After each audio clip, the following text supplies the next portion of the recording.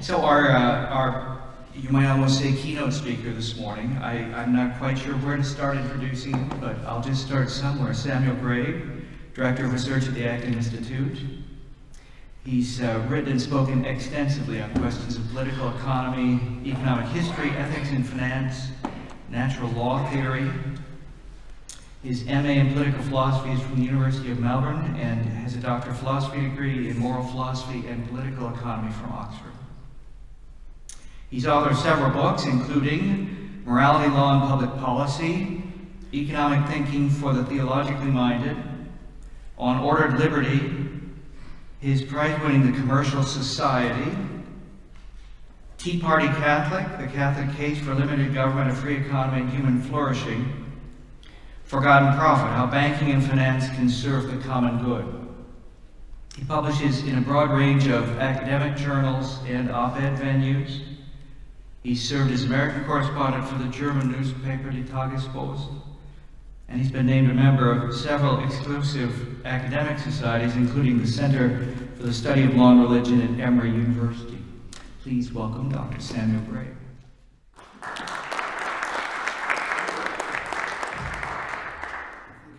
Thank you, Kurt. It's a pleasure to be speaking to you this morning at this conference. I'd like to thank the organizers, particularly Professor Michael Watson and my colleague Dan Churchwell for inviting me to speak today. And my remarks concern a topic that I think it's fair to say many people find perplexing and challenging, which is Christianity, liberalism, and the market economy.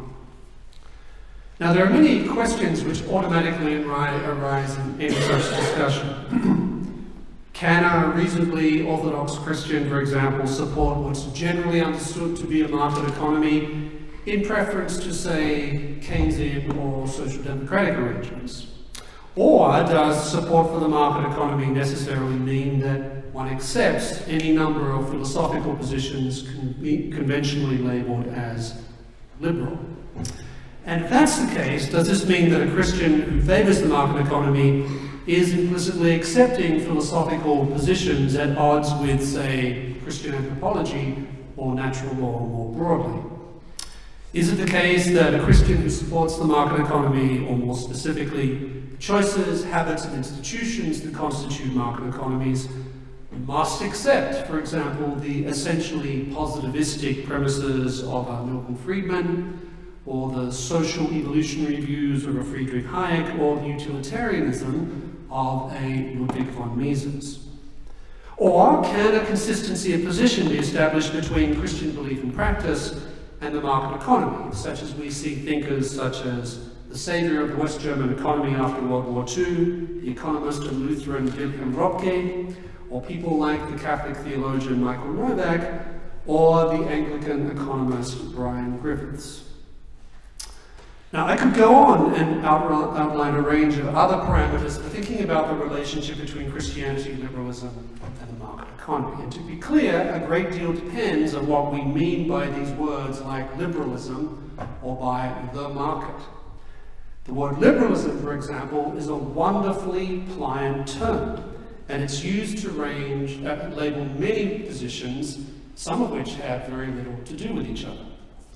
Both the political theorist John Rawls and the economist Friedrich Hayek, for example, are commonly described as liberals. Yet it's difficult to imagine two individuals whose views on many matters are more opposed to one another. So this morning I'd like to briefly explore whether it's possible for a Christian to support what's conventionally called a market economy without necessarily accepting what might be called liberal philosophical premises. I'm going to offer two reasons for thinking that such a position can be defended. One's historical. Capitalist economies, I think, precede the emergence of philosophical liberalism by several centuries. Indeed, they first emerged in a medieval Christian world. That suggests, historically speaking, that capitalism isn't dependent upon liberalism. Second, I'll suggest that the case for the market, for economic freedom, and its underlying habits can be grounded upon a Christian vision of human flourishing. So my first argument. Capitalism is conventionally associated with the ideas of Adam Smith and the rise of industrial capitalism in the 19th century. It's often called the golden age of liberalism. Yet it remains that the basic habits, institutions, and many conceptual tools associated with the market existed centuries before Smith and 19th century capitalism. It's reasonably well established, for example, that the first major steps towards lasting economic development in Europe began, as the economic historian Eric Jones demonstrated several decades ago, in strict growth terms as early as 1000 AD. In their history of business in the medieval world, Edwin Hunt and James Murray have comprehensively demonstrated how, through the efforts of merchants, lawyers, rulers, clergy, bankers, and entrepreneurs, medieval Europe not only reduced the incidence of famine, disease, and war, it also developed ideas, technologies, and organizational and financial techniques that produced the surplus capital, the purchasing power, the innovation, and the institutions that laid the groundwork for Europe's accelerated economic development. Likewise, the medieval historian, the late Robert Lopez, goes so far as to describe the economic changes of the Middle Ages as nothing less than what he called a commercial revolution. The growth of population in 10th century Western Europe, he argued, necessitated an expansion of agriculture. This in turn provided, by way of surpluses, a great deal of capital for commercial activity with a strong profit orientation to undergo rapid development, especially in places like northern Italy. This accelerated pace of market exchange led in turn to the emergence of more convenient financial tools, such as sophisticated contractual arrangements for sharing risks and profits, a refined banking system, and above all, easier means of credit. As Lopez describes it, medieval Europe moved from stagnation at the lowest level to a social and economic mobility full of dangers but open to hope towards the end of the 10th century. Now, accompanying these economic changes, of course, was the rise of urban towns. The predominant mode of life for most people remained agricultural. Nonetheless, upward economic mobility became a distinct possibility for growing numbers of people, and such movements were primarily found in cities. Thriving business communities emerged in northern Italy, Flanders, parts of France, and southern England. Alongside this emerged inter-European trade, a transnational division of labor, and a new class of entrepreneurs who coordinated business organizations and even engaged in what we today would call marketing. Now, these and other changes didn't simply amount to a type of proto-capitalism. It was, as Randall Collins writes, quote, a version of the developed characteristics of capitalism itself. Now, I think it's important to remember in this context that, as Eric Jones warns us, economies are politically embedded, and this is decisive for the way they perform. And political embeddedness is much more than simply the presence of governments. It also means that any given economic setting is influenced by a range of value commitments, ideas, and movements. The sociologist Rodney Stark, for example, has argued that it's impossible to understand Western European capitalism's development without acknowledging the commitment to reason and to progress espoused by Christianity. Stark argues that these Christian commitments were indispensable to numerous cultural, political, and economic breakthroughs in pre-modern Europe. The historian Anthony Black complements this thesis by listing the values central to what he calls this market culture. They include, first, personal security in the sense of freedom from arbitrary passions of others.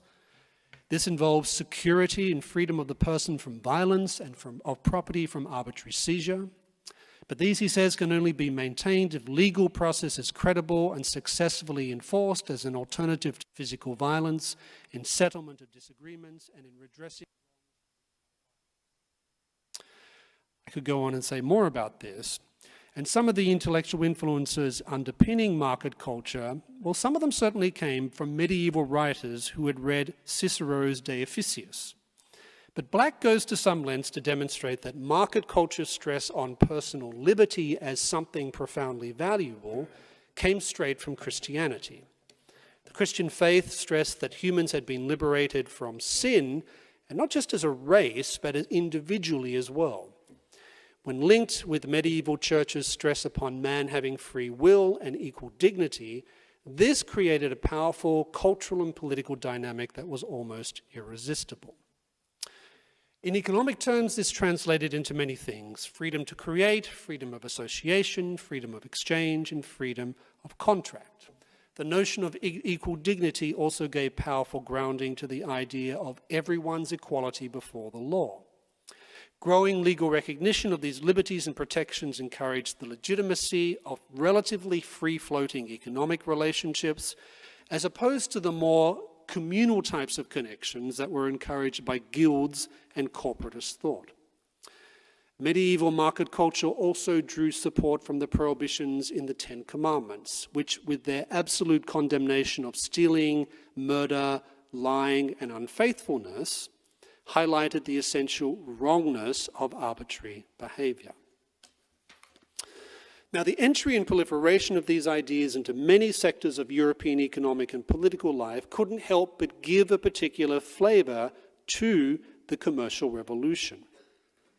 By the 13th century, the willingness throughout England, for example, to exercise legally recognized liberties to buy and sell property had become so widespread, facilitated such low transaction costs in the exchange of goods and services, and encouraged such relatively easy capital formation that the historian Alan McFarland has described this society as, quote, an open, mobile, market-orientated nation. That's 13th century England. Now, to this I could add the insight of the economist and historian of economics Joseph Schumpeter that, quote, by the end of the 15th century, most of the phenomena that we are in the habit of associating with that vague word capitalism had put in their appearance, including big business, stock and commodity speculation, and high finance. It's also true that an environment of immense economic change stimulated many Christian scholars from the 11th century onwards to rethink a number of subjects, such as the workings of prices and the nature of money. Over time, they developed a series of important insights and clarifications, the most significant being a clear distinction between usury and legitimate forms of money lending. Scholastic economic thinkers addressed these questions in the context of moral theology and law. The sophistication of their analysis is such that, as Schumpeter could write, he said, quote, in scholastic thought we behold an embryonic wealth of nations. Much of that commentary focuses on property, but scholastic writers also wrote on other subjects relevant to economic life, such as contracts, bankruptcy, compensation, credit, money, capital, prices, exchange, trade, and the economic role of the state. Economists as different in their views as Hayek, Keynes, Lionel Robbins, and Schumpeter have all acknowledged the contributions made by medieval and early modern scholastic thinkers in explicating the workings of devices such as free prices. Now, I mention all these things and all this history to point out that all these economic and intellectual developments happened in a profoundly Christian and profoundly unliberal world. Now, to be sure, there was considerable conflict between what I've called market economic culture on the one hand and another economic culture, corporatist and guild culture. Yet it remains the case that recognizably capitalist economies and ideas emerged in a profoundly Christian world and were generally not recognized as somehow inimical to Christian belief and practice by Christians of the time, with, of course, some exceptions, such as the radical Franciscan movements that, even at the time, were seen as heretical. So let's move then to the present, and an economic world which has been profoundly influenced by the ideas of Adam Smith, as well as authors conventionally labeled as liberal. Perhaps the first thing to note here is that Smith's Wealth of Nations was a critique of what he called the mercantile system. Now, at the core of mercantilism are two things. The first was cozy relationships between certain business leaders and the government. Smith was very critical of how mercantilism promoted collusion between the already rich and government officials. Established merchants didn't like competition that might threaten their dominance, while government ministers wanted the tax revenues and guaranteed political support from these very same merchants. A second feature of mercantilism was the extensive use of tariffs, quotas, and even bans on certain imports to protect domestic manufacturers. Mercantilists wanted to limit competition, particularly from foreigners, rather than embrace competition as a discipline that helped companies and countries discover and develop what they did best, what we call comparative advantage. Under mercantilism, the losers were those who were, one, without political connections, two, consumers required to pay high prices for low-quality goods, and three, employees encouraged to stay in industries that became less and less competitive and thus less and less viable. My point here is to underscore that Christians had nothing morally or economically invested in mercantilist arrangements. Indeed, to the extent that mercantilism elevated privilege over merit and actively blocked those without connections from prospering, Christians had arguably good reasons to oppose it. These were just some of the reasons why Edmund Burke, very much a Christian and widely viewed as the founder of modern conservatism, was such an admirer of Smith's Wealth of Nations. Smith, however, is also viewed by many as a father to what's often called classical liberal thought. Whether Smith would have understood himself in these terms is, I'd suggest, unclear. Some Smith scholars have observed that elements of natural law thought are at work in the background to Smith's development of modern economics. These are certainly mixed in with Epicurean, Stoic, and Humean ethical claims, but it's not clear to me that Smith's economic analysis, which itself relies on the distinction between the means and ends intentionally chosen in an action and the foreseeable and unforeseeable side effects of the very same action, or what you might call the invisible hand writ large, are in themselves dependent upon accepting, for example, David Hume's understanding of human action.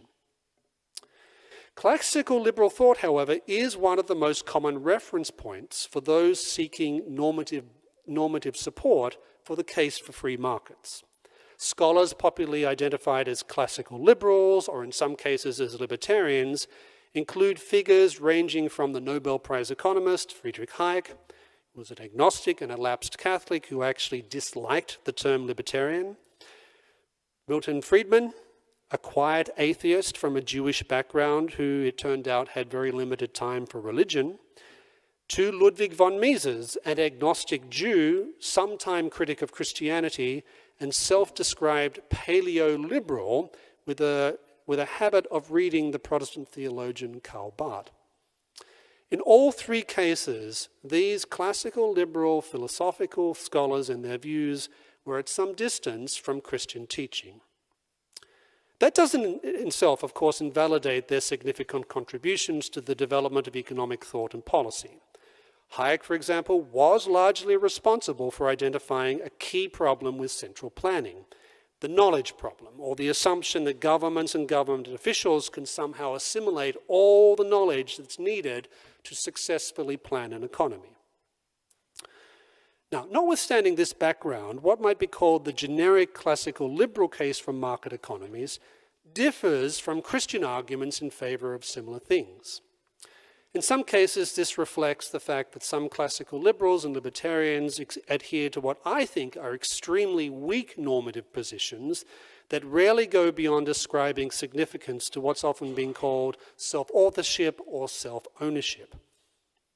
In other instances, such as in the case of Friedman, the differences appear to flow from their disinterest in or occasional hostility to arguments that go beyond utility and efficiency.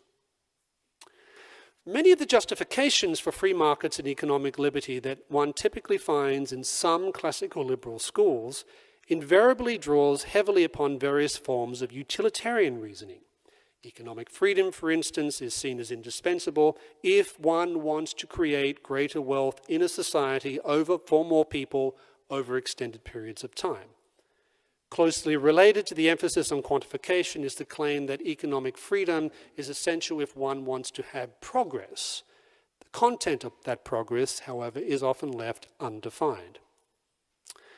It may well be true that societies which give significant institutional expression to economic freedom are more efficient in creating wealth for greater numbers of people than, for instance, social democratic arrangements. I think the evidence is very hard to deny there. Indeed, thanks to developments in post-Smithian economics, we can engage in some proximate commensuration of different economies' relative capacities to produce growth.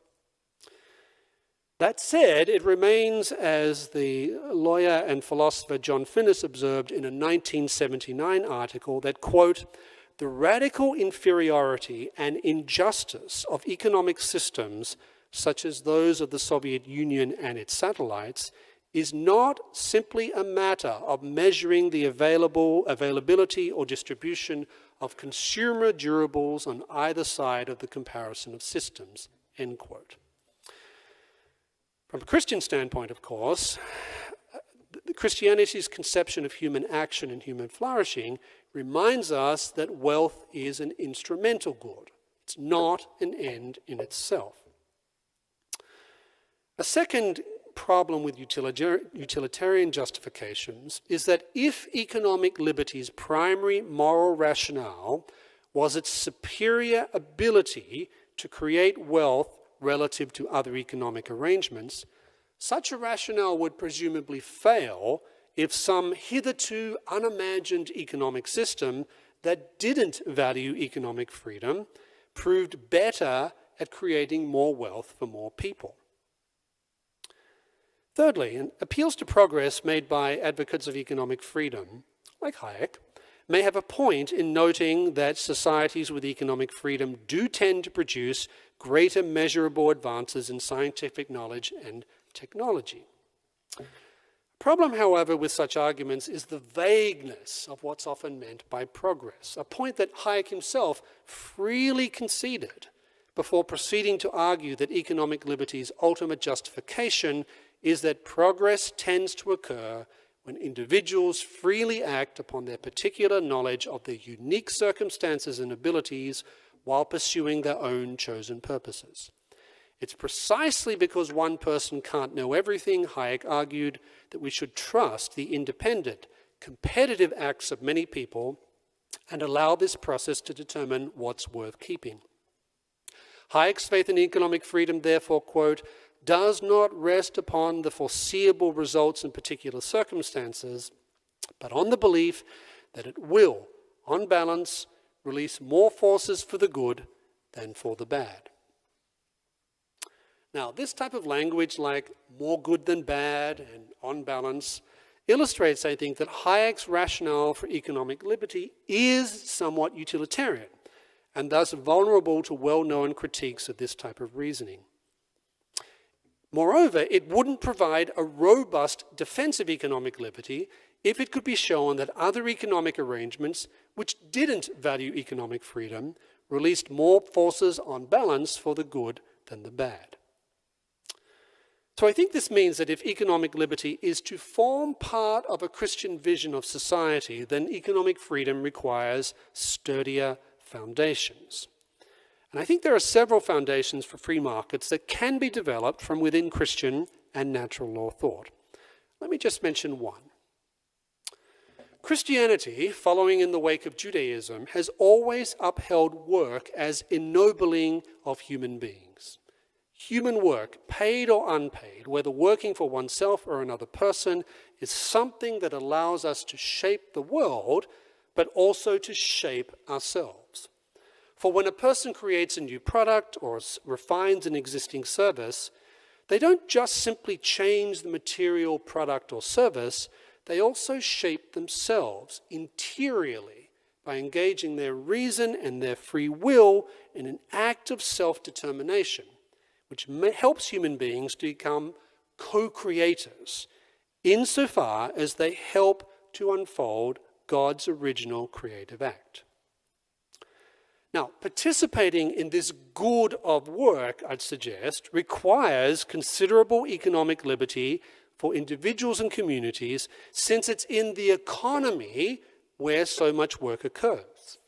Even within a business, people's opportunity to participate in this good of work may be encouraged and grown by allowing owners, managers, and employees considerable latitude, to the extent that's possible, in how they accomplish their specific tasks.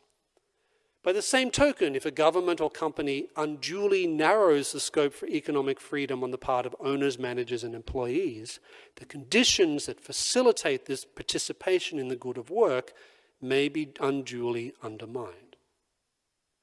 Now, obviously, people can and do work in other economic systems besides the market. It's also true that some forms of work provide more space for creativity and initiative than others. My point is simply to note that how thinking through the nature and ends of work is one way of helping to establish sounder foundations for markets than, say, utilitarian foundations. A concrete example of this being worked out in theory would be the 3 social encyclicals of John Paul II, which, beginning with a biblical analysis of work in 1981, developed over a 10-year period into a type of Christian argument for a market economy. One that took into account Smithian insights into how wealth is created, but immersed them in a distinctly Christian anthropology. Now, none of this means, of course, that the state has no role in economic life. The state does have particular responsibilities in justice, which cannot be delegated to others. But I do think that Christianity provides ways of thinking about the state's economic role that are consistent with market economies. Christian social thought has, for instance, always held that the state's powers are limited. The rationale for government, which also limits state authority, is the political community's common good. A common good which Christian social teaching regards as instrumental in nature. This political common good is instrumental because the state's purpose is to ensure the whole ensemble of material and other conditions that tend to favor, facilitate, and foster the realization of each individual of his or her development. So the purpose of the state is not to develop people for themselves, it's to provide a context in which people can engage in these acts of self-realization. So while the state's instrumental common good, the political common good as I'm calling it, is of wide scope, it also limits what governments may do with regard to the economic liberty of individuals and groups. Because the end served by the state is the flourishing of each individual and community in that society. Such flourishing occurs in the very process of making free choices. So while the state may certainly coordinate the freedom of individuals and communities, this is very different from the state taking over the formation, direction, and management of these personal initiatives and associations. For if the state regularly took over the formation, direction, and management of people's exercise of freedom in the economy, it would severely undermine the scope for human flourishing in this realm of life. In a 2001 article, the philosopher Joseph Boyle made a similar point in his discussion of the welfare state. There is, Boyle argued, quote, a significant limit on the extent to which the state can provide welfare rights, end quote. Part of Boyle's argument is that, one, the political community exists to facilitate, not to take over the flourishing of individuals and communities, and second, that expansive welfare states can undermine opportunities for people to make free choices for themselves by creating conditions in which people expect the state to do many things they're perfectly capable of doing for themselves. Now here I think it's important to grasp Christianity's understanding of the principle of subsidiarity. The distinctiveness of the Christian approach to subsidiarity is its emphasis upon subsidiarity as a principle of justice. That justice, among other things, requires individuals and communities to have the space needed to make the free choices through which human flourishing occurs. Subsidiarity is often discussed in terms of how it facilitates a more effective organization of relationships between communities. Well, that may be true, But for Christian social thought, the essential injustice of violating subsidiarity lies in the manner in which it undermines opportunities for human flourishing. Rooted in the Latin word for help, subsidium, subsidiarity signifies not subordination, but assistance. And to assist means precisely that, to assist someone to the extent that they need help in economic life. Subsidiarity does not mean that the state's scope of economic action is limited to, say, enforcing contracts or protecting property rights. But the point of such forms of assistance, and all forms of assistance, cannot be to unduly restrict the freedom minimally needed if people are to actualize the goods in which they can participate in economic life. Now, the precise frontiers of this sphere of economic freedom will vary from society to society, given that many factors shaping the political common good are not static. But Christianity's conception of subsidiarity would normally rule out the state's severe restriction of economic freedom.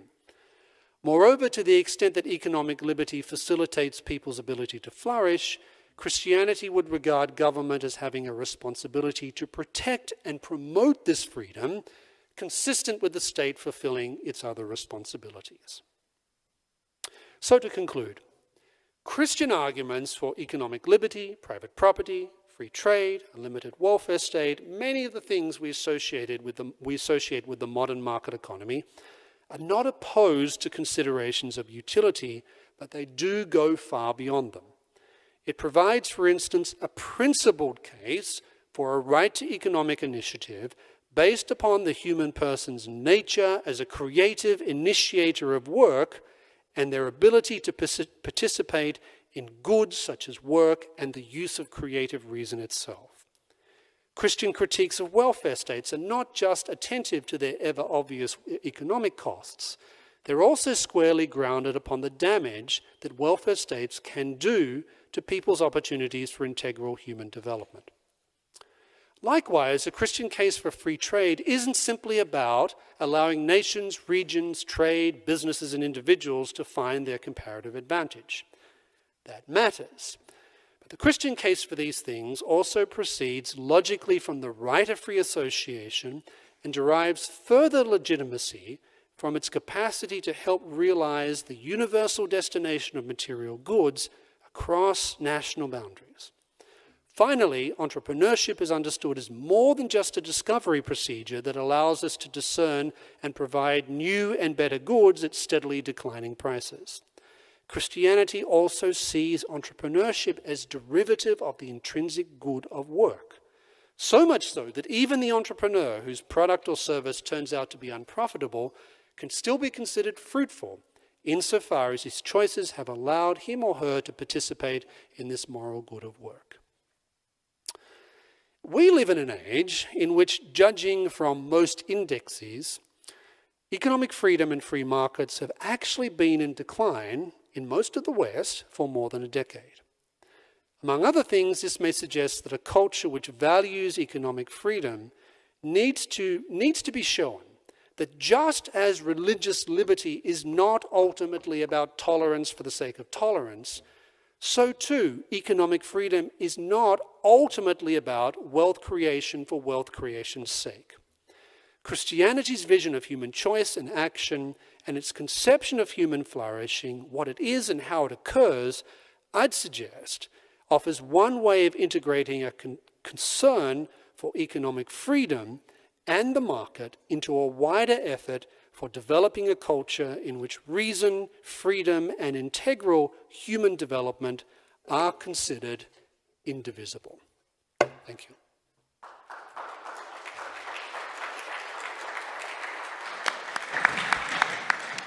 Thank you very much. We have two respondents, each about 15 minutes. First, Dr. Stephen McMullen is an associate professor of economics at Hope College, where he teaches economic theory and the history of economic thought. His well-placed empirical academic publications address several contended areas of economic policy, including education policy. He also publishes extensively and prominently in the borderlands of economics, ethics, and theology, including substantial work on animal ethics and environmental ethics. He's received the Warren Samuels Prize from the Association for Social Economics. He's a fellow of the Oxford Center for Animal Ethics. And I can tell you from long personal experience that Stephen is simply a gem of a person whose life is fully congruent with his ethical inquiries. Stephen.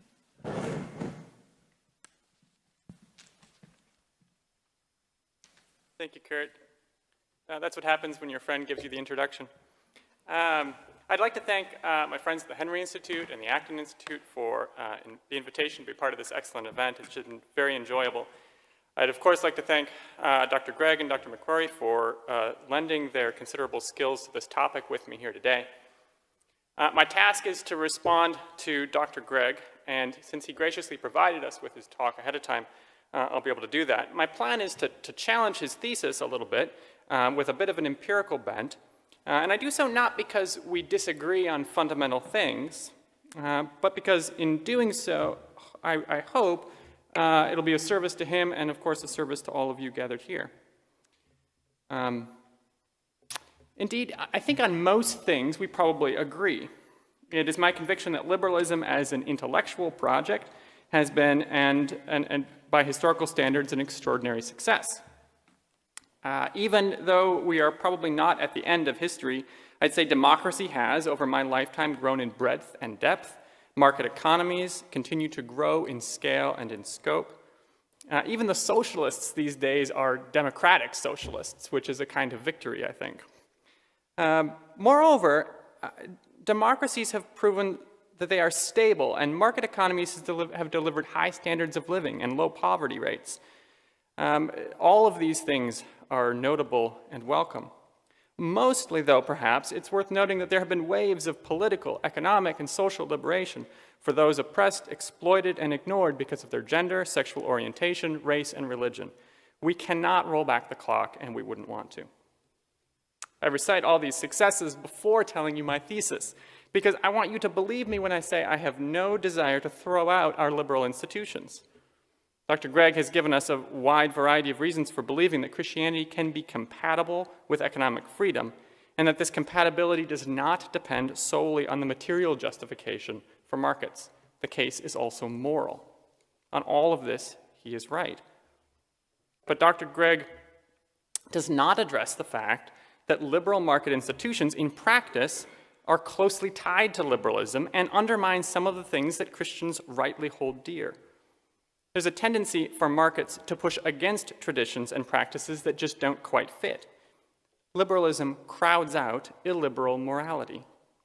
Moral commitments that run counter to individual freedom are difficult to maintain in a market economic system. Difficult to maintain, though not impossible, of course. I'll try to illustrate this case in two parts. First, markets push individual mobility and weak commitments. And second, market discipline punishes uncompetitive moral priorities. The result is an unintended hollowing out of public language and practice as we all move slowly toward a caricature of the worst stereotypes of the West: amoral, detached, and individualistic. First, of all the liberties that we celebrate, one of the most fundamental is the freedom to choose your community, your affiliations, and your vocation. People moving physically or institutionally is part of what makes modern market economies work.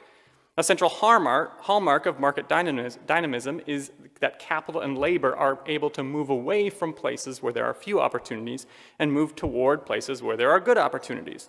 And markets encourage this mobility. Opening economies to global markets leads to more turnover and more volatility at the firm level, but it also leads to greater wealth. Conversely, employment restrictions and protections for workers tend to decrease movement in and out of jobs, but it also increases unemployment. This mobility, however, is not good for communities. Robert Putnam in Bowling alone documented a broad decline in social connection across the United States. Community participation, club membership, religious participation, volunteering, even social trust have all decreased in the second half of the 20th century. Civil society, which is this odd hallmark of American culture, is part of what makes us weird and great, and it's in decline. The cause of this decline is complicated, but I'll argue that a lot of it is economic. In one of the most poignant parts of Deneen's book, he notes that our elite college system has a way of strip mining the rest of the country for talented, ambitious young people. By and large, students who leave the Midwest for a Harvard degree don't return to become leaders in their hometown. The market rewards clustering of talent, and right now the talent seems to be drawn into financial and government centers. Cities are part of the problem. Rural employment opportunities have diminished, and cities are increasingly important clusters of specialized talent and knowledge. In a service economy, the specialization that produces wealth also requires population density. However, residents of large suburban and urban communities are also less involved and less trusting. Putnam notes that for every 10 minutes of daily commute, he observes a 10% decline in community involvement. Who knew traffic jams were so dangerous? The causal mechanism here is probably really complicated, but the association is not. People who work far away from where they live are less likely to have an employer that's connected to their community. They're less likely to have coworkers living in the same area, and they have less time and proximity of people who live near them. The result is residential communities where no one knows or cares much about each other. The big picture is this: staying in a community with strong attachments today extracts a high cost and requires a strong commitment. Similarly, all these trends push against sticking with a particular church, denomination, or club. And even if you are willing to pay the cost and devote yourself to a community, your efforts are worthless unless other people do the same.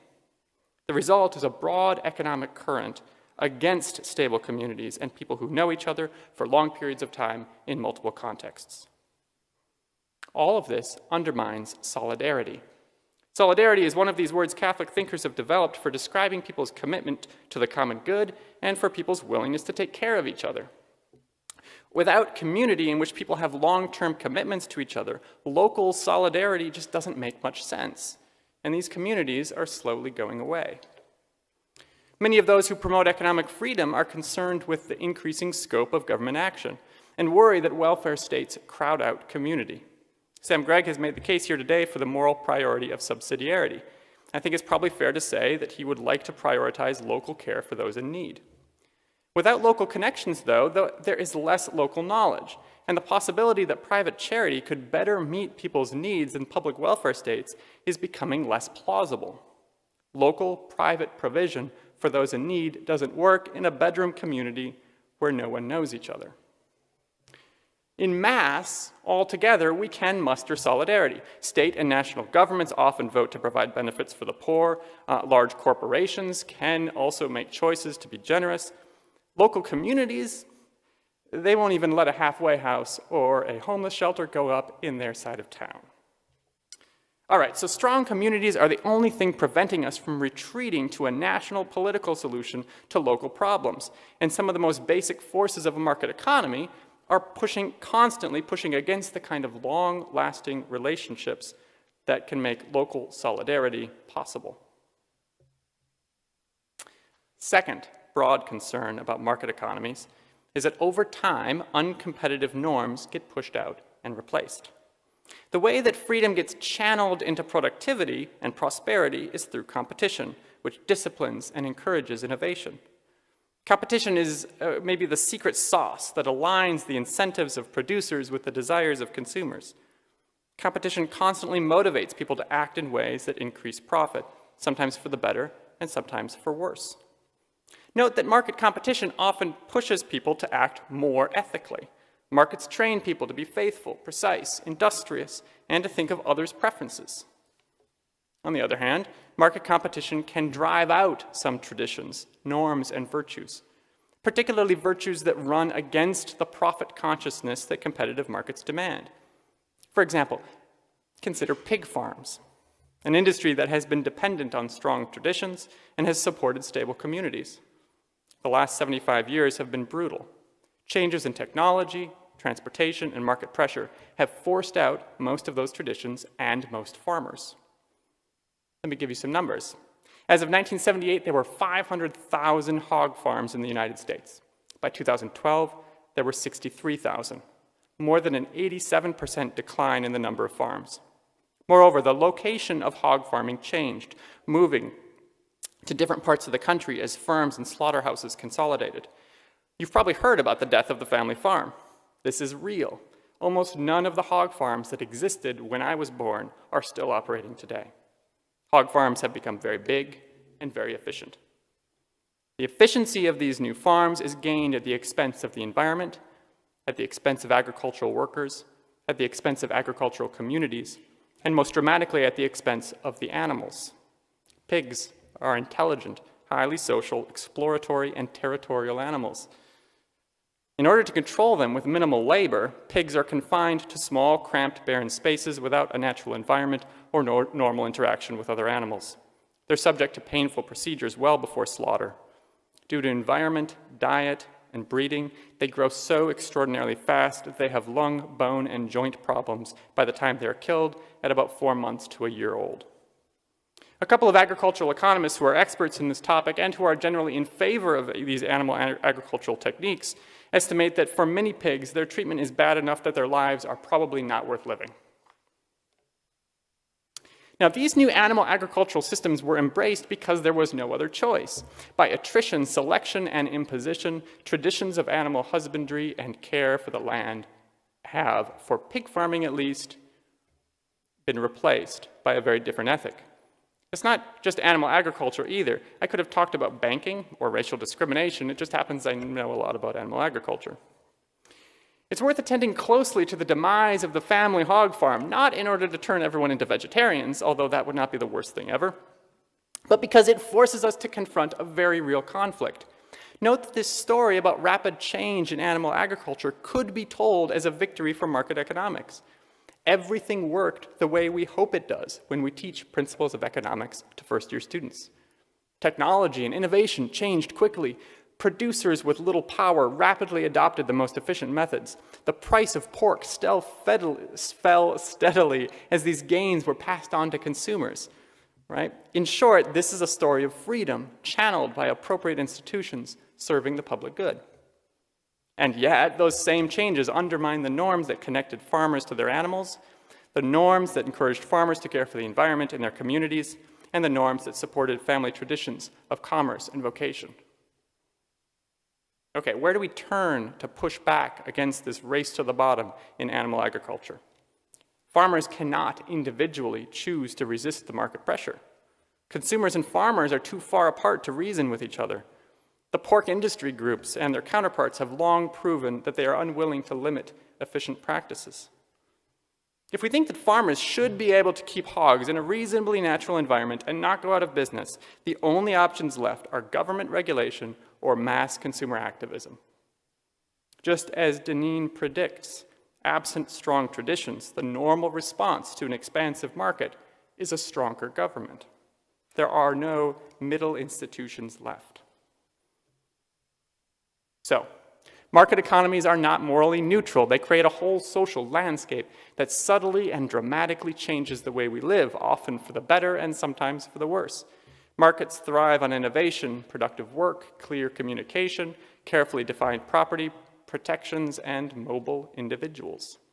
Market pressures are also constantly in conflict with strong assertions of religious authority, long commitments to stable communities, and uncompetitive norms.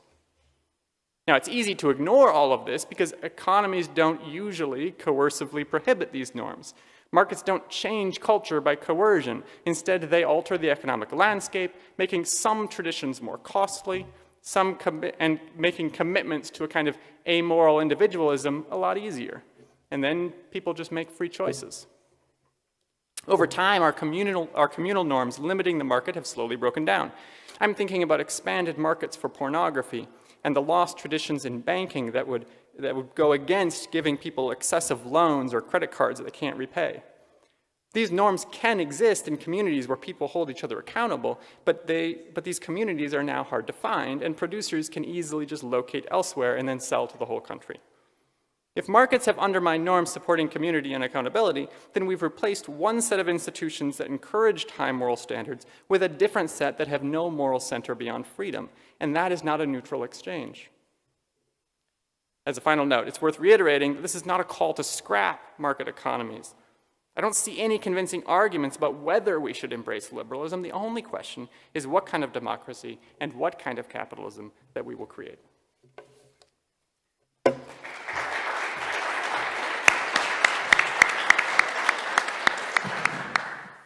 Our last presenter is Dr. Christina McRory.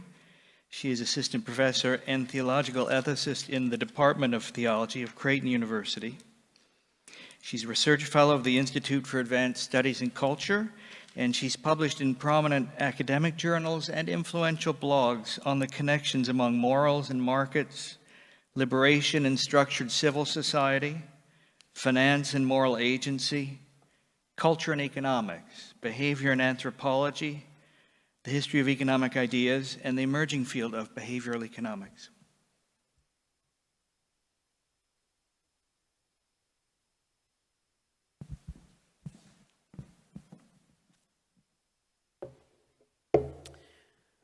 Good morning, and thank you very much. That was quite the introduction.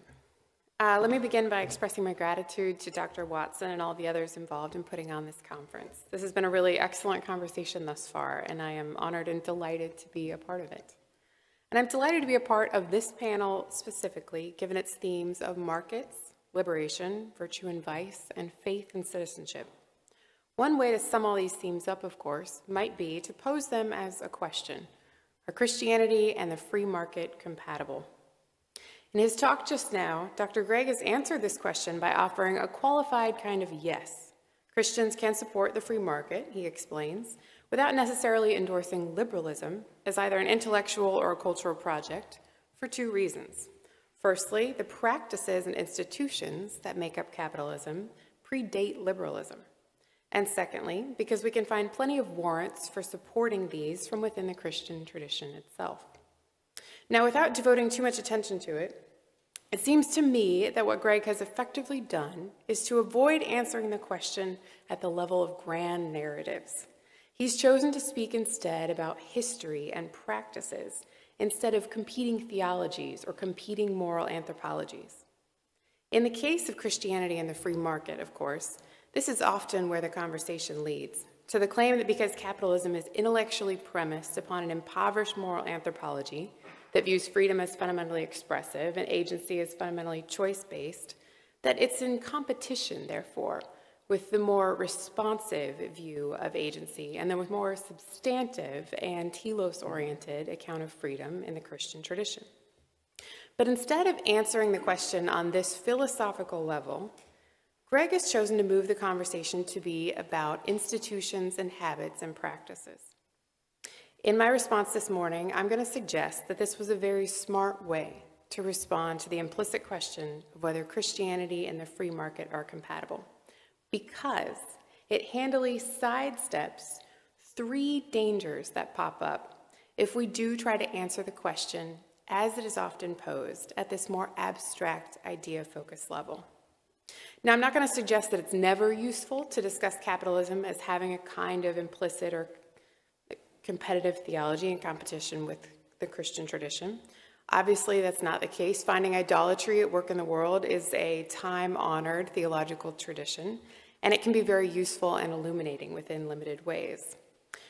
But given the ambiguity and complexity of markets specifically, what I'm going to suggest is that if we do elect to engage in a more narrative-driven analysis, three dangers specifically present themselves. My plan today is to list these hazards. To give you a sense of where I'm going, let me briefly sum them up. The first will be that this kind of approach can predispose us to oversimplify our subject for the purposes of crafting a more theologically coherent and compelling narrative. In the case of the free market, one such oversimplification is to think that there is such a stable and internally coherent thing as the free market in the first place. While I use the term all the time, and I'm happy to do so, I think we ought to be alert to the fact that there is often less of a there than the noun the market can imply. As an example of a more theologically motivated oversimplification, I'll point to the sometimes heard description of markets as unfettered realms of libido dominandi.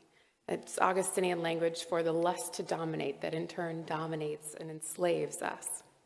While there are ways in which this description may be illuminating, it rather overlooks the way that real markets are always politically, legally, and culturally bounded realms of agency. Or as Greg has just reminded us, that economies are politically embedded. So this particular stylized narrative is thus an example of how remaining at the level of abstract narrative can lead us slightly astray, at least when we're considering markets. A second hazard is that engaging the market as a kind of rival value system can also lead us to overlook important areas of agreement between market practices and Christian commitments, or, depending on the narrative by which we are tempted, to overlook areas of disagreement. Here, the resonances between my comments and Greg's talk will be especially clear. As an example of something that can get brushed aside, I'm going to offer the value of negative freedom within Christian thought and practice. The concrete moral good of freedom from arbitrary coercion, even if there is much more to be said about freedom in the Christian tradition, is, I think, perhaps easier to overlook when our starting frame is one of critiquing capitalism as a kind of economic avatar of political liberalism. Thirdly and finally, I'm going to suggest that a kind of ideologically focused critique, in general, tempts us to think that we can isolate ourselves from and reject the moral and spiritual evils that it identifies. In the specific case of the market, however, what we're discussing is at least as much a set of institutions and practices, or in Greg's language, choices, habits, and institutions, as it is a value system. So this kind of withdrawal-oriented response is, I'm going to suggest, not entirely appropriate or useful. So now let me say a little bit more about each of these three dangers. The first danger of beginning a Christian analysis of markets in terms of competing narratives or value systems in the style of Christianity and liberalism, right, but just now Christianity and the free market, is that this approach can lead us to sacrifice ambiguity on the altar of certainty, to sacrifice complexity and nuance in the name of a compelling critique. This temptation to drop complexity, by the way, goes both ways and can affect our treatment of Christianity. Sometimes, because it makes a better narrative, we can find ourselves speaking of Christianity and liberalism or Christianity and capitalism as if these were two of a kind, as if they were rivals in competition with each other. But of course, Christianity is not, at the end of the day, a social theory or a philosophy, although it certainly has much to say about these, and we do the gospel a disservice if we reduce it to these categories. We reduce it to a theory in competition with those that we don't like. But back to markets. One of the dangers of opposing Christianity to markets, or even capitalism, is that we often end up referring to something we call the free market as if that were a single, stable, and internally consistent thing. We can end up accidentally reifying and essentializing capitalism, or markets, as if there were more there, and more consistently so, than is really the case. As if we were not talking about a total hodgepodge of behaviors, attitudes, practices, and legal and cultural institutions that have to span from everywhere from 17th century Dutch fish markets to modern-day Sharia-compliant lending practices in Malaysia. There are all sorts of ways that we do this. We rhetorically reify capitalism, including through our use of naturalistic and mechanistic metaphors to discuss markets, which, in my view, function more to obscure the fundamentally cultural nature of economic phenomena than they do to actually explain what goes on in markets. But more relevant to our conversation today, I'd like to draw your attention to a different oversimplification and misattribution of an essence to markets, one that is more theological in nature. And this is the description that one sometimes hears of markets as realms of unfettered free choice, or of libido dominandi. This is an example of a kind of analysis that we can end up developing when our engagement of markets remains abstract. The claim that markets aim at a freedom, but that they misunderstand true freedom, and therefore only deliver us enslavement. Now, it is true that markets are realms in which to each their own is an important guiding principle, and it is true that humans regularly use our freedom to our own detriment and to the harm of others. This is a thing, unfortunately, that is always been true of humans. But as a diagnosis of the essence of markets, this at once illuminates and obscures as a description. Specifically, it obscures the way that markets are not, in fact, domains in which anything goes. If there is such a domain, it would be anarchy or war, right? But unlike anarchy or war, markets are domains in which only a bounded set of things go, and only in a bounded set of ways. Despite rhetoric to the contrary, markets always have limits around them. Whether culturally or through a legal system, a community decides what can be sold, when, where, and how. A community decides what counts as a commodity, what counts as a fair price, and what is out of bounds when it comes to exchange. When we decide what counts as fraud, for example, or what counts as theft, are we intervening into some pre-existing the market? No, we are setting the terms that make the market possible in the first place, at least most of us would say. Same thing holds when we decide that certain goods ought not to be marketized at all. Is it intervening in the market to forbid the sale of human persons? No, most of us would say that we are simply shaping markets correctly and appropriately.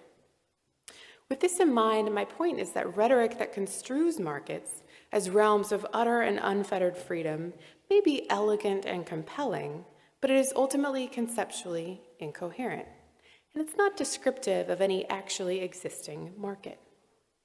Now, why is this worth pointing out?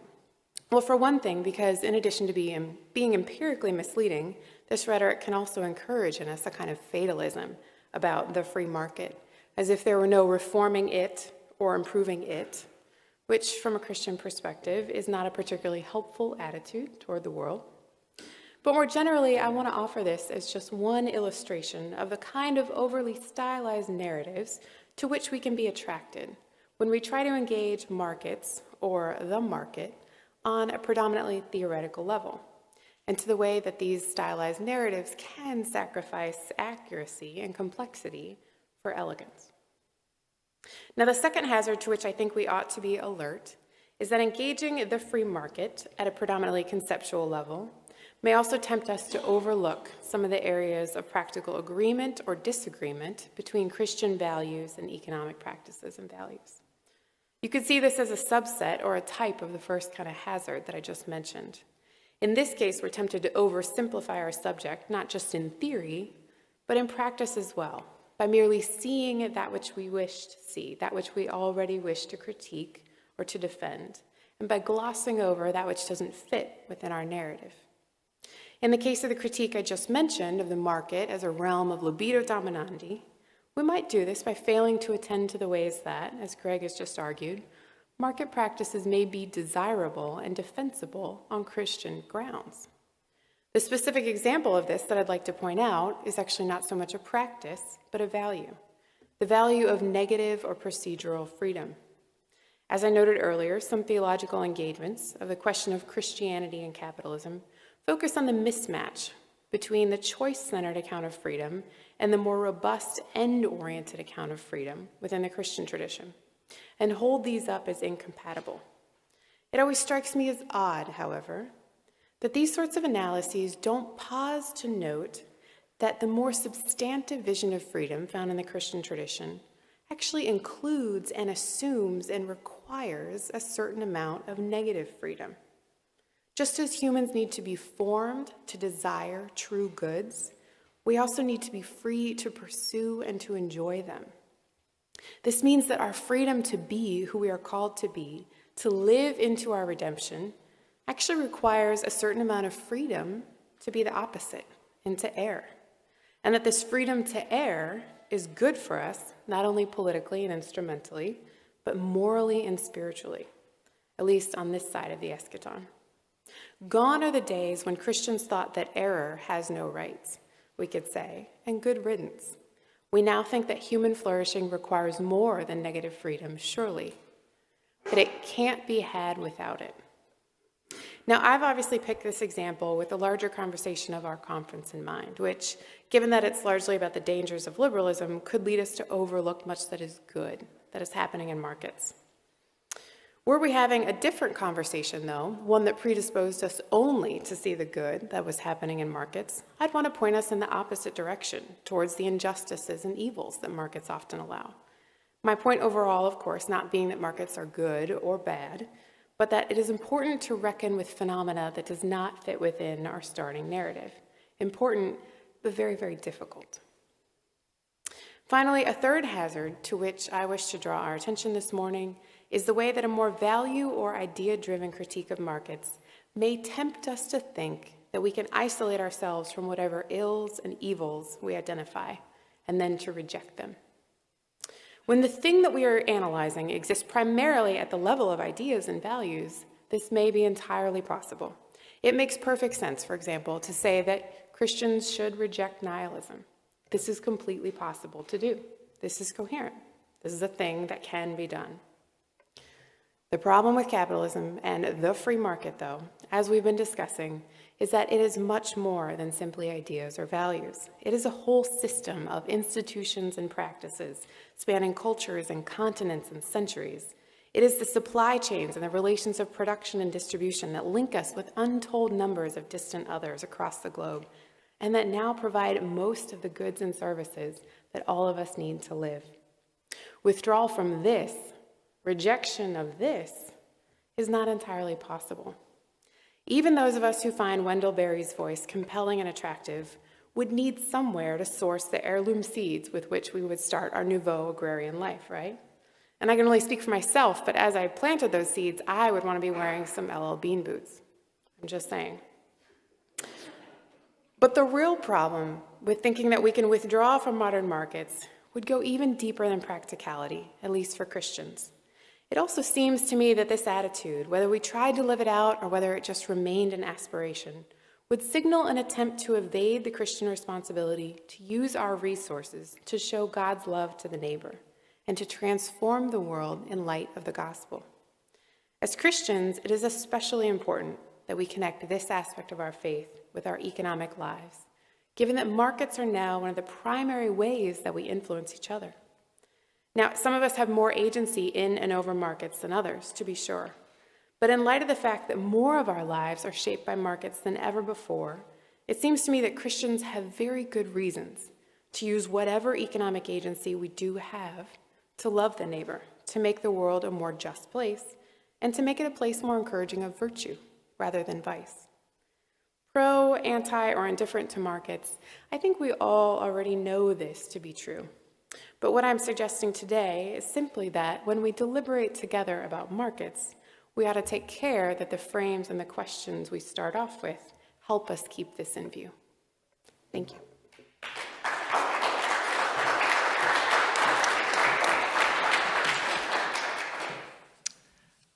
Thank you. Especially if you're a student, I hope you've got a question in mind. But first, I'd like to turn to Dr. Gregg. It looked to me like you were taking some notes. Could you try in 2 minutes to respond as you'd like to? First thing I'd like to say is I know nothing about pigs.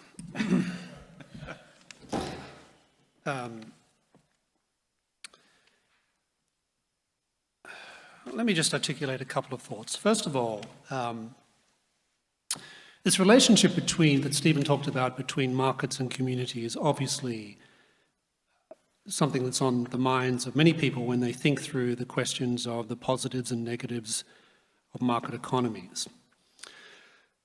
And I would be the last to deny that obviously market pressures do exert certain types of influences upon particular types of communities that make certain forms of community living harder to maintain in the context of the type of freedoms that we're talking about when we associate it with markets.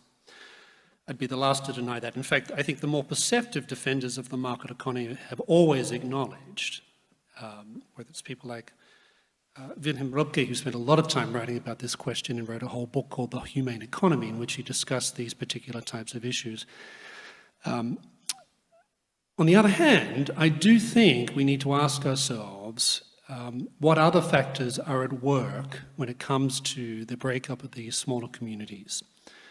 Not all of them are economic, and I'm always very wary when we lurch towards economistic explanations of why things happen. And I'm not suggesting that Stephen did that at all, but I think that's often a tendency when it comes to thinking about many of these things.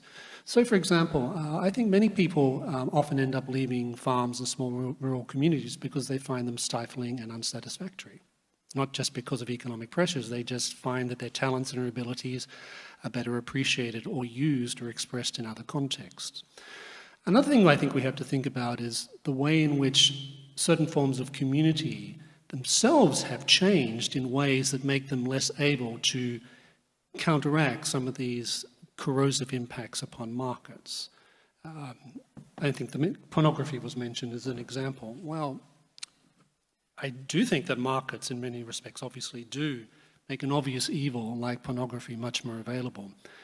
But it's also true that particular institutions that once formed people in ways of thinking about questions of sex and marriage and family have either deliberately weakened their voices on these issues or have lost credibility to talk about these issues in a way that's convincing to lots of people. So I think we also should be looking at some of the other communities that have failed to perform some of the roles that they once performed in the past. With regard to Christina's, I very much enjoyed her remarks because I do think that when we talk about things like Christianity and liberalism, markets and the state, I do think there's a tendency to forget just how embedded these things are in one another. I think there's a tendency often to engage in a type of ideological critique which obviously has its value in the sense that it can often highlight things that we would otherwise miss, but also I think tend to forget and disguise and ignore in some cases the deep interconnections that, for example, free markets tend to be embodied in. A very good example of that is that we often talk about the market as if it's one monolithic institution. Well, anyone who's done any study of economic history knows that markets have manifested themselves in different cultures in often very different ways. There's a big difference between, for example, the way that the post-war German economy has developed, which is very much formed by the auto-liberal school of economists, most of whom were very serious Christians. A very, very big difference in the way that values and institutions are expressed in that setting compared to the type of capitalism we find in the Anglo-American world. And even in the Anglo-American world, I think it's often misleading to talk about Anglo-American capitalism because if you can go to a country like New Zealand or Australia, I can assure you it's very different the way that markets operate in these contexts. So I think that's probably enough from me because I know that you want to have some questions.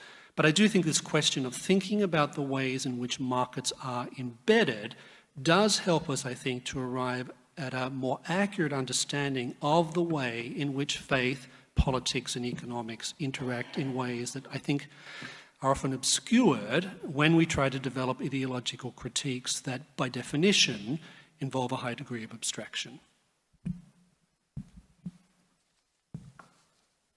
A student question or comment, please. We have a microphone here, or you can just speak up.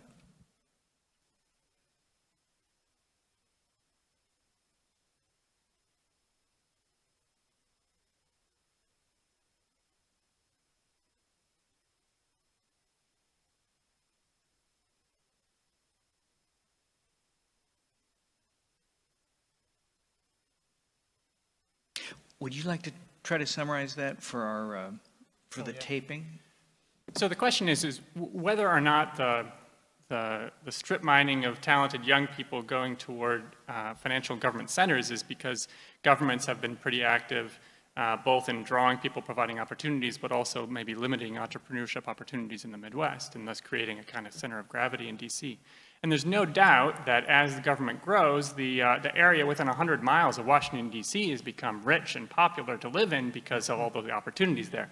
So yeah, government growing means that there's lots of opportunities for talented young people to do government-adjacent kinds of work, you know, whether it's lobbying or whether it's actually working for someone who's in public office. Now, that said, though, that doesn't explain why there's been this really dramatic move among talented young people into financial centers as well, right? So it's both. The movement towards cities and particularly government and finance are sort of the big ones, has been partly because the rewards of the market have been in management consulting and finance, but also because there's been a lot of money in working with the government on things. Now, all of this together is pushing in the same direction. And to parse it out, I'd have to know more than I do. But yeah. Please.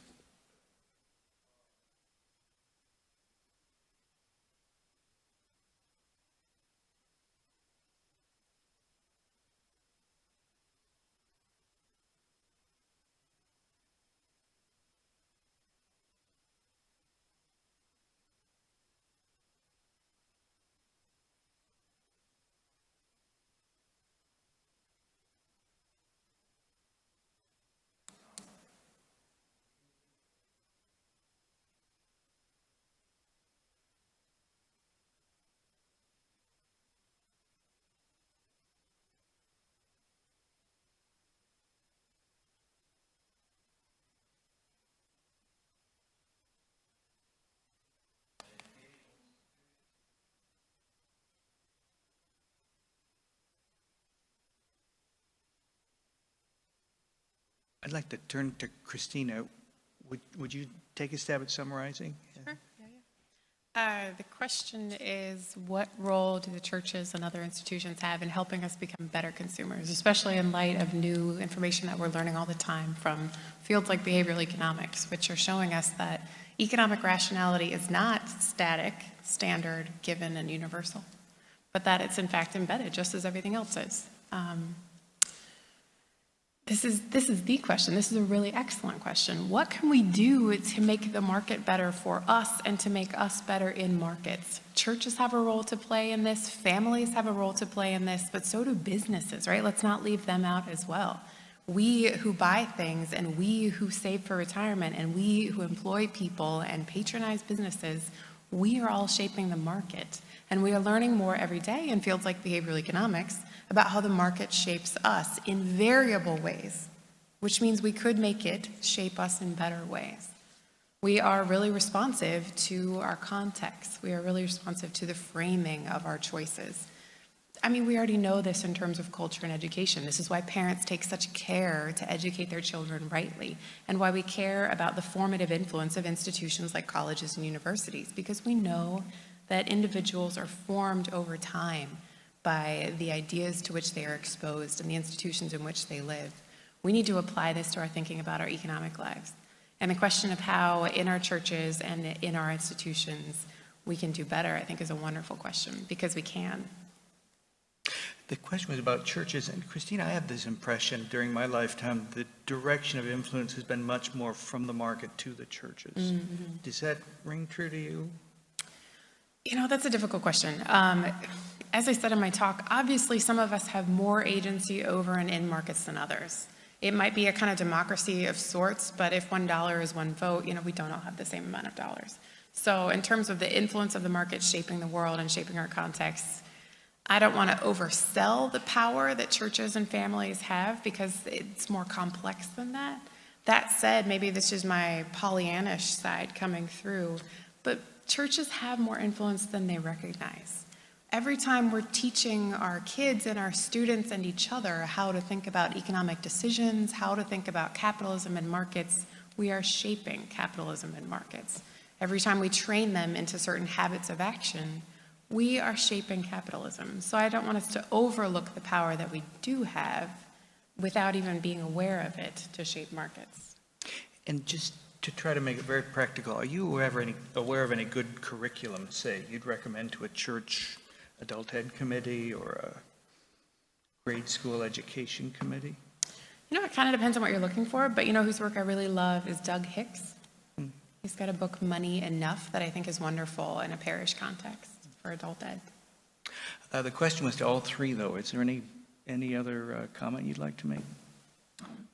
I just have one comment, and that is, if the church is going to have an influence upon the way that people make economic choices, whether it's from learning sort of standard classical economics or engaging disciplines like behavioral economics, which I think are very interesting in bringing together culture and more standard economic analysis, it behooves the church to have some understanding of what's going on in economic life. So whether it's, and I don't mean that just in terms of things like what are trade-offs, what are comparative advantages. I'm a Catholic and I can assure you that when you talk to a lot of Catholic clergy, you get blank looks. But these are very important things to and these are sort of relatively neutral things that's important to understand.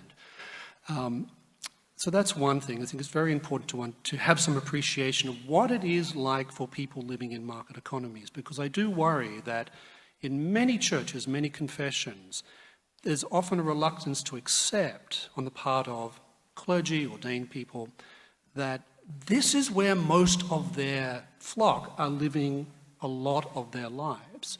So if you're going to providing people with guidance upon spiritual guidance or moral guidance about how you deal with things like pressures on the business to somehow invest in something like pornography, or how you treat your employees, or how you view those who have invested in the market, etc.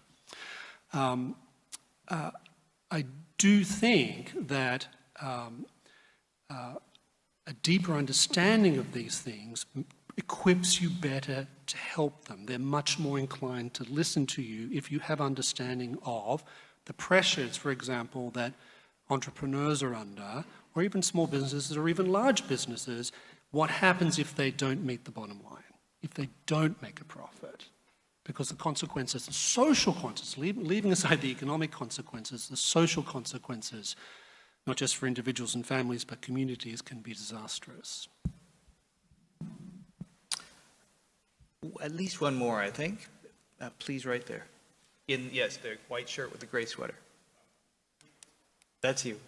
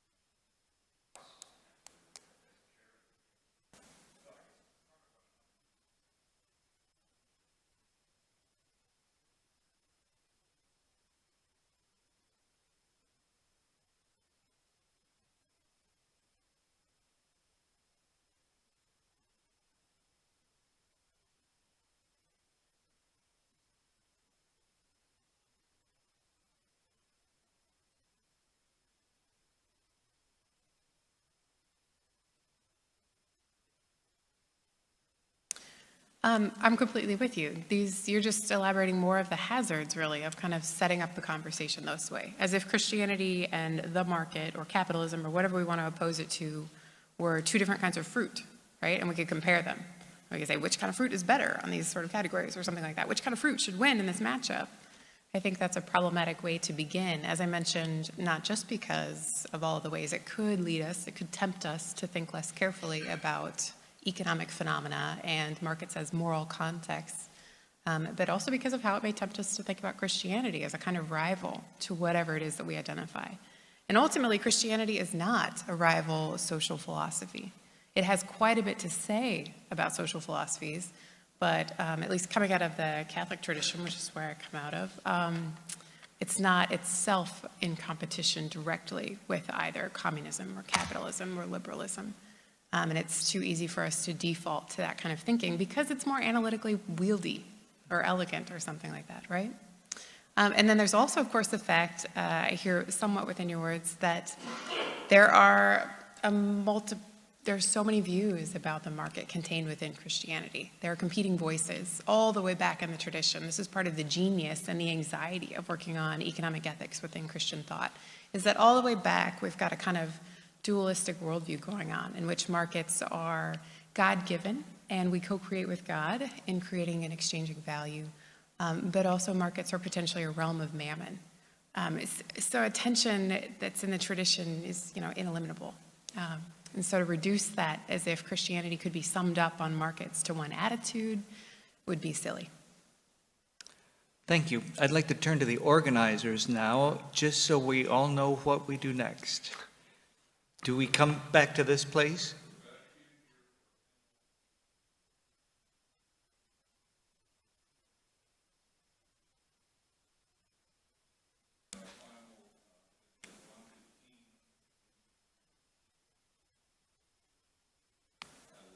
And between now and 11, it's simply a break, is that right?